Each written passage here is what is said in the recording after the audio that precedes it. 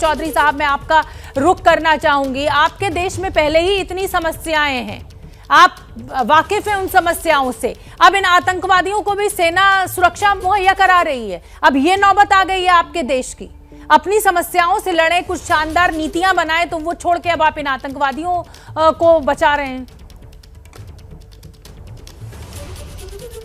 आप अगर कोई सांस ले लें और इस तरह भरमार करने की और पाकिस्तान को ज़ेरे ताब लाने की, तो फिर मैं बात करूं आपसे। पहली बात तो ये है कि टीटीपी को इम्तियाज आलम की हत्या से क्या फायदा हो।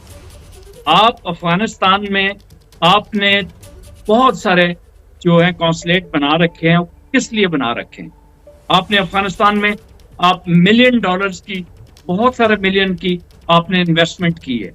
आपको तो शर्म आनी चाहिए। मैं ये कहूंगा कि डूब मरना चाहिए, और बल्कि चुल्लू भर पानी लेके डूब मरना चाहिए कि वहां अफगानिस्तान में आपको इतनी बड़ी मार पड़ी है। उसके बाद अब ये टीटीपी के थ्रू आप हैं, जिस तरह मुक्ति बानी और कादर बानी 1971 में आपने खड़ी की और कहा कि ये बंगालियों की आपस की फोर्स है, और फोर्स तो वो इंडियन थी। और फिर आपने दो भाइयों को लड़ा के ऊपर में जनाब अली कूद लिया और आपने ये कहा कि हमने जंग जीत ली।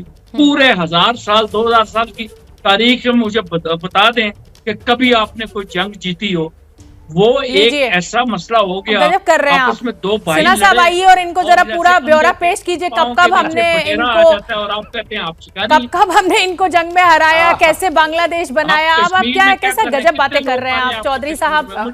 इतने सीरियस डिस्कशन को आपने मजाक में बदल दिया। कश्मीर में आपने चौधरी साहब आप चला नहीं पा रहे, कश्मीर और चाहिए आपको। हाँ देखिए चौधरी साहब, डिबेट पे आ जाइए। ठीक है।